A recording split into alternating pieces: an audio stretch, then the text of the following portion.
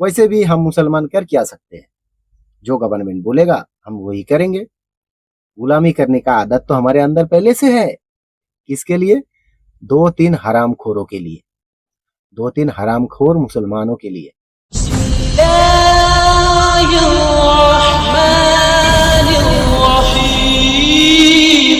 आज का इस वीडियो में हम जानने वाले हैं हमारे देश में क्या चल रहा है। आइए सबसे पहले हमारा देश का महामानव, हमारे प्रिय नेता, ये जो स्क्रीन में आपको दिख रहा है, ये, वाह क्या बात है। ऐसे ही मजे मजे में रुपया डॉलर के मामले में 95 से 96 क्रॉस कर चुका था। अब देखते हैं हमारे देश में क्या चल रहा है। अभी कोई योगासन चल रहा है ना, ऐसे ऐसे करके, ऐसे ऐसे करके। आइए देखते हैं हमारे देश का महामानव, हमारा देश का पॉलिटिकल लीडर किस तरीके से योगा आसन कर रहे हैं। आइए देखते हैं। पहले चलते हैं हमारे state, red road Calcutta. Look at this, ये है हमारा महामानव, आ गए यहाँ पे योगा आसन करने के लिए। ये देखिए, हाँ हाँ,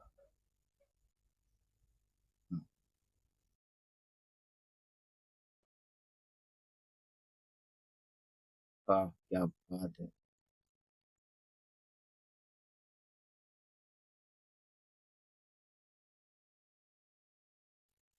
फिलहाल यही चल रहा है हमारे देश में। आप सोचिए, जिस देश का पॉलिटिकल लीडर सारे इस तरीके का हो, उस देश में तरक्की कैसे होगी। जिस रोड का वीडियो मैंने आपको दिखाया है, ये हमारे कलकत्ता वेस्ट बंगाल का रेड रोड है, जहां पर हर साल ईद में 2 घंटे के लिए इस रोड को बंद करवा दिया जाता था, ईद का नमाज के लिए। लेकिन जैसे ही बीजेपी सत्ता में आया हमारे वेस्ट बंगाल में, पहले ही दिन अनाउंस कर दिया रोड में नमाज नहीं होगा। हमारा स्टेट का मुख्यमंत्री श्री श्री श्री शुभेंदु अधिकारी महाशय, इन्होंने कहा है अगर इतना ही प्रॉब्लम होता है तो बांग्लादेश चले जाओ, पाकिस्तान चले जाओ, वहां पर जाके नमाज पढ़ो, रोड में नमाज नहीं होगा। तो मुसलमान को एक तरकीब दिया गया कि दूसरे जगह जाके नमाज पढ़े, जहां पर खुले मैदान है, तो वहां पर जाके मुसलमानों ने पढ़ लिया है। वैसे भी हम मुसलमान कर क्या सकते हैं, जो गवर्नमेंट बोलेगा हम वही करेंगे। गुलामी करने का आदत तो हमारे अंदर पहले से है, अब क्यों नहीं रहेगा। हम गुलामी करते करते मुसलमान को 17-18 जगह पे डिवाइड करके इसी गवर्नमेंट को हमने वेस्ट बंगाल में क्षमता में ला दिया है, वो भी काफी ज्यादा सीटों से। लाने के बाद हम लोग हाथ में हाथ धरे बैठे रहे। किसके लिए? दो तीन हरामखोरों के लिए। हमारे वेस्ट बंगाल का दो तीन हरामखोर मुसलमानों के लिए। अभी ये जो रेड रोड है, जहां पर ये योगा आसन चल रहा है, नमाज तो यहाँ पर बंद करवा दिया महाशय ने। अब ये रेड रोड 7 दिन तक बंद है। क्यों? नहीं, वहां पर योगा आसन होगा। राइमिंग अच्छा है ना मेरा।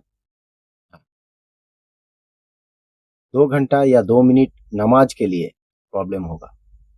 ये लोग कौन सा हरिदास पाल है जिसको रोड में नमाज पढ़ने दिया जाएगा। ये मेरा कहना नहीं है, शुभेंदु अधिकारी का है।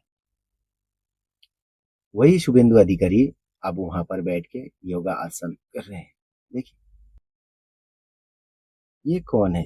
शुभेंदु अधिकारी महाशय का पैर छू के आशीर्वाद ले रहा है। कौन है? पता है आपको? मैं बताता हूँ। वीडियो में ये जो व्यक्ति शुभेंदु अधिकारी का पैर छू के आशीर्वाद ले रहे हैं, इसका नाम शम्स इकबाल है। ये टीएमसी का विधायक है। जब बीजेपी हमारे स्टेट में सत्ता में आया, शुभेंदु अधिकारी महाशय यहाँ का सीएम बना, तब इनको ये डर है, इनको ये खौफ है कि ये मेरे ऊपर जुल्म ना करे, मेरे ऊपर अत्याचार ना करे, मेरे घर ईडी सीबीआई ना भेज दे। इसी के वजह से इन्होंने अपना ईमान, अपना जमीर सब कुछ बेच के शुभेंदु अधिकारी का पैर छू के आशीर्वाद लेने गए। लेकिन मजाल है, आशीर्वाद मिला। आइए पूरा वीडियो देखते हैं, मिला है कि नहीं मिला है। ये शम्स इकबाल आशीर्वाद तो लेने गए लेकिन मिला नहीं। रेड रोड में जहां पर 2-10 मिनट के लिए नमाज बंद करवा दिया गया, वहां पर 7 दिन से यही सब चीजें चल रहा है। जिस गवर्नमेंट को सत्ता में आने के बाद पूरा देश बर्बाद हो चुका है, देश का 80% नागरिक सरकारी राशन पे अपना दिन गुजारा करते हैं, उस देश का परिस्थिति ये है।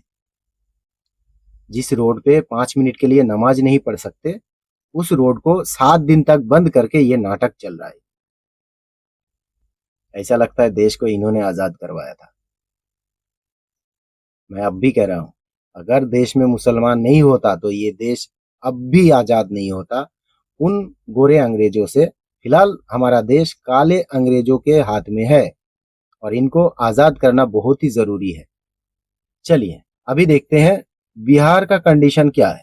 आप सभी को पता है कि बिहार में भारत तिवारी को लेके वैसे भी बहुत ज्यादा सवालों के घेरे में है बिहार का गवर्नमेंट। लेकिन इस वक्त बिहार में चारों तरफ अफरा तफरी का माहौल है। ठीक उसी के बीच बिहार का सीएम, बिहार का हेल्थ मिनिस्टर, बिहार का सारे बड़े बड़े पद अधिकारी, सरकारी लोग क्या कर रहे हैं ये देखिए। ये आगे जो भगवा गमछे में खड़ा है सम्राट चौधरी है, बिहार का सीएम। और इनके पीछे ये जो तंदुरुस्त आदमी दिख रहा है आपको, जो पूरा का पूरा तंदुरुस्त है, ये बिहार का हेल्थ मिनिस्टर है, जिसका अपना हेल्थ बिगड़ा हुआ है। एकदम तंदुरुस्त, फिट, फुर्तीला आदमी बिहार का हेल्थ मिनिस्टर। फिलहाल बिहार में ये नाटक चल रहा है और बिहार का परिस्थिति हद से बदतर होता जा रहा है। लेकिन इन महाशय लोगों को कोई भी फर्क नहीं पड़ता इससे। जनता मरे जिए, इनको कुछ भी फर्क नहीं पड़ता है। पूरे देश में फिलहाल यही नाटक चल रहा है।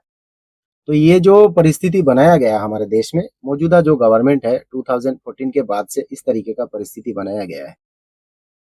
पहले तो ये लोग हिंदू मुस्लिम करते हैं और जिस स्टेट में जीत जाते हैं अपना गवर्नमेंट बना लेते हैं, अपना सीएम बना लेते हैं, फिर वहां पर पहले ये लोग आक्रमण करते हैं वो सारे गरीब दलित लोगों के ऊपर जिनका रोजी रोटी एक छोटा सा दुकान में चलता है।